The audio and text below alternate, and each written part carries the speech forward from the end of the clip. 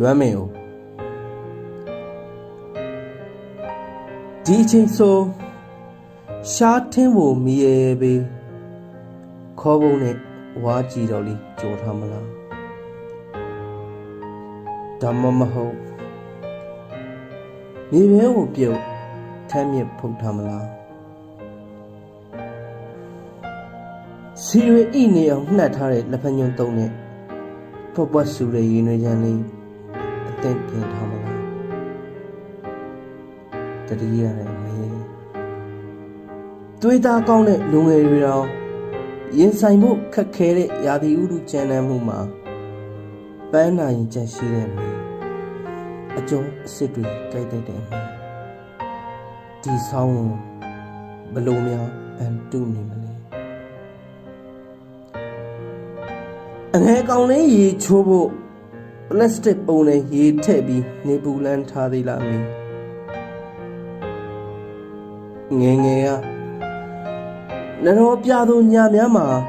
ကျွန်တော်တို့ချမ်းတဲ့အခါမိဖြင်အင်းကြီးအိတ်ထဲလက်ကိုထိုးထည့်အဖေပစိုးပုံနဲ့ခြေပြားလေးထိုးထည့်မောင်နှမတွေအလူအရက်နှွေခဲ့ကြတယ်အခုအမေချမ်းတော့ဘယ်သားသမီးအိတ်ထဲလက်ထိုးခြင်းရှာမလဲလေငယ်ငယ်ကခဲနေတဲ့အုံးစီဘူးကိုတုံးနေကောရွှဲနေအောင်လိန်ပေးတဲ့အမေ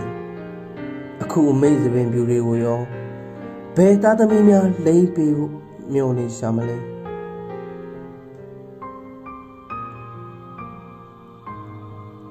အိမ်ပြန်ခြင်းနဲ့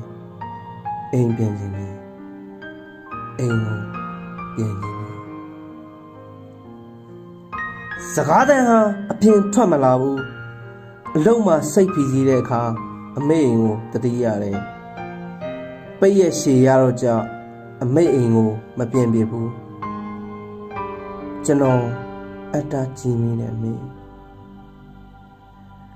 အမေမျောနေမှာတိတ်တိနဲ့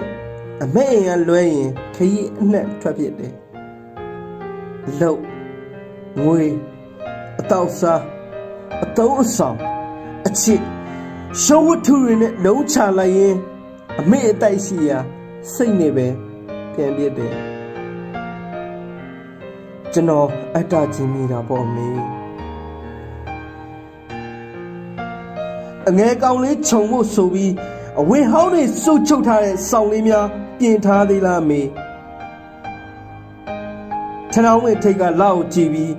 ရုံးပေးရက်ကိုတွက်နေလားဒီတစ်ခါပေးရတော့ငှက်တွေအိမ်ပြန်လာကောင်းရဲ့လို့မျှော်နေလားမုံကြီးငင်းနဲ့ကြနေတဲ့နေတွေကိုငင်းအငယ်ကောင်ဆောင်လွတ်နေမလားလို့ပူပန်သေးလားဒီတစ်ခါပေးရတော့သားပေါက်လေးတွေဟာဝတ်ချင်းရှိရာပြန်လာမယ်လို့မျှော်နေလားဘူတာယုံအိုလေးတွေဝင်လာမဲ့လောကရထားတဲ့အမေသားပါမယ်အထင်နဲ့မုံညင်းမောင်းတဲ့အဟင်းတို့တွေအများကြီးဝယ်ထားပြန်ပြီလားအမေဒီတစ်ဆောင်တော့ကျွန်တော်အတ္တမကြည့်တော့ဘူးငှက်တေလေးဟာ